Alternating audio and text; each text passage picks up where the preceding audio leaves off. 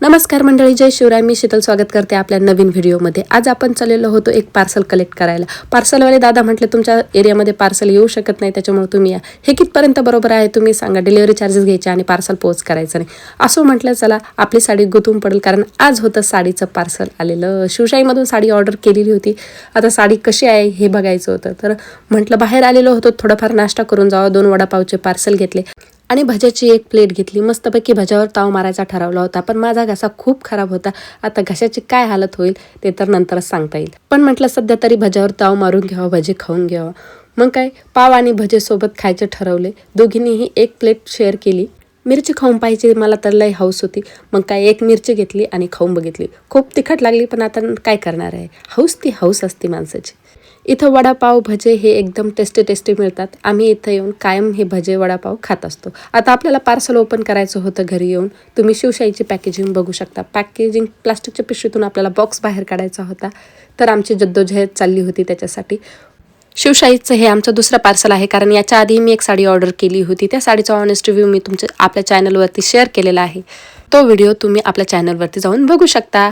आता तर आम्ही बॉक्सची पॅकेजिंग खोललेली होती आणि साडी बघायची होती. शिवशाहीने आपल्याला थँक्यू नोटसुद्धा पाठवलेला होता. असं म्हटलं, प्लास्टिकच्या पिशवीतून साडी बाहेर काढली आणि साडीचा कलर मला बघायचा होता की कसा आला आहे. जसा आहे तसा आजचं आलेला आहे. बघा किती सुंदर असा वाईन कलर आहे आणि काठ तर किती सुंदर आहे साडीचे. साडीला छान अशी ट्रेडिशनल राजहंस बॉर्डर दिलेली आहे. त्याचबरोबर तुम्ही पल्लू बघू शकता, किती सुंदर आहे. साडीचं नाव आहे राजहंस मीनाकारी ब्रॉकेट पैठणी आणि साडीचं फॅब्रिक आहे सॉफ्ट पैठणी सिल्क साडी. किती ब्युटिफुल साडी आहे, तुम्ही बघू शकता. आता साडी आपण ओपन करून बघू. साडीचा ब्लाऊज पीस कसा आहे, तर साडीच्या ब्लाऊज पीसच्या काठांना मुनिया बॉर्डर दिलेली आहे. त्याचबरोबर याच्यावर डायमंड बुट्टी दिलेली आहे. साडीचा कलर मला थोडासा फिरता वाटतो. मला असं वाटत होतं की त्यांनी बॉर्डरला साडीच्या बॉर्डरला जी बॉर्डर आहे तीच ब्लाऊजच्या बॉर्डरला द्यायला पाहिजे होती.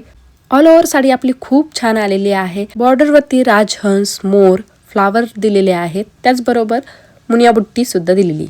साडीचं फॅब्रिक एकदम सॉफ्ट असल्यामुळे साडी एकदम चोपून चापून बसणार आहे. साडी जशी घातली तसेच तिच्या मिऱ्या चोपून राहणार आहे. साडीवरती फ्लावर बुट्टी दिलेली आहे आणि ब्लाऊज पीसवरती डायमंड बुट्टी दिलेली आहे. साडीला एक रॉयल पैठणी टच दिलेला आहे. पैठणी साडी म्हटलं ना तर विषयच भारी वाटतो.